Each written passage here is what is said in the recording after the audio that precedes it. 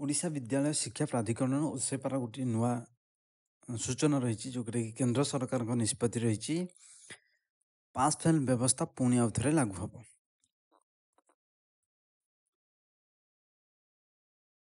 Fail ହେଲେ fail କେନ୍ଦ୍ର ସରକାରଙ୍କର ସୂଚନା ରହିଲା ଯେ ପଞ୍ଚମ ଏବଂ ଅଷ୍ଟମ ଶ୍ରେଣୀରେ ଫେଲ୍ ହେବେନି କଟକଣା ହଟିଲା। ଆଗରୁ ଥିଲା ପ୍ରଥମରୁ ଅଷ୍ଟମ କେହି ଫେଲ୍ ହେଉନଥିଲେ, ସମସ୍ତଙ୍କୁ ପାସ୍ କରାଯାଉଥିଲା, କିନ୍ତୁ ବର୍ତ୍ତମାନ ଏଇଟା ପଞ୍ଚମ ଆଉ ଅଷ୍ଟମରେ এই ନିୟମଟାକୁ ହଟେଇ ଦିଆଗଲା। ଫେଲ୍ ହେଲେ ପରବର୍ତ୍ତୀ ଶ୍ରେଣୀକୁ ଯାଇପାରିବେ ନାହିଁ। ଯଦି ପଞ୍ଚମରେ ଫେଲ୍ ହେଲେ ପଞ୍ଚମରେ ଆଉଥରେ ପଢ଼ିବେ, ଅଷ୍ଟମରେ ଫେଲ୍ ହେଲେ ଅଷ୍ଟମରେ ପଢ଼ିବେ। ଏନେଇ ସୂଚନା ଦେଲେ କେନ୍ଦ୍ର ଶିକ୍ଷା ସଚିବ ସଞ୍ଜୟ କୁମାର।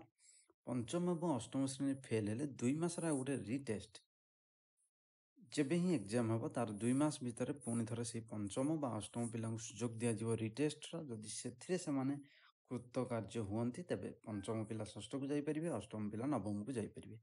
ଯଦି ମେନ୍ ଏକ୍ଜାମ୍ରେ ଫେଲ୍ ହେଲେ ଏବଂ ରିଟେଷ୍ଟରେ ଫେଲ୍ ହେଲେ ପୁଣି ଆଉ ବର୍ଷଟେ ସେଇ ଶ୍ରେଣୀ ପଢ଼ିବାକୁ ପଡ଼ିବ।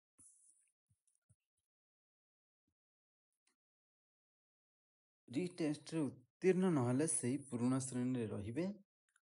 ଅଷ୍ଟମ ଶ୍ରେଣୀ ପର୍ଯ୍ୟନ୍ତ ପିଲାଙ୍କୁ ସ୍କୁଲରୁ ବାହାର କରାଯାଇପାରିବନି, କିନ୍ତୁ ତାଙ୍କୁ ଆଗରୁ ଯେଉଁ ରହିଛି ବ୍ୟବସ୍ଥା, ସେଇ ବ୍ୟବସ୍ଥାଟା ରହିଛି ଯେ କେବଳ ପାସ୍ ଫେଲ୍କୁ ଲାଗୁ କରାଯାଇଛି, କିନ୍ତୁ ସେ ସ୍କୁଲରେ ରହିବେ, ତାଙ୍କୁ ବାହାର କରାଯାଇପାରିବନି। ତେଣୁ ଫେଲ୍ ହେଲ ଏମିତି କିଛି ହେଇପାରିବ ନାହିଁ।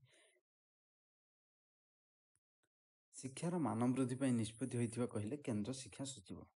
ଏ ଗୋଟିଏ ଭଲ ନିଷ୍ପତ୍ତି ରହିଲା, କିନ୍ତୁ ପ୍ରତ୍ୟେକ ଶ୍ରେଣୀରେ ଲାଗୁ ହେଲେ ବି ଭଲ ରହିବ ଏବଂ ସମସ୍ତ ଟିଚରମାନେ ବି ଧ୍ୟାନ ଦେବେ ପାଠ ପଢ଼ା ପାଇଁ, ପିଲାମାନେ ବି ଧ୍ୟାନ ଦେବେ।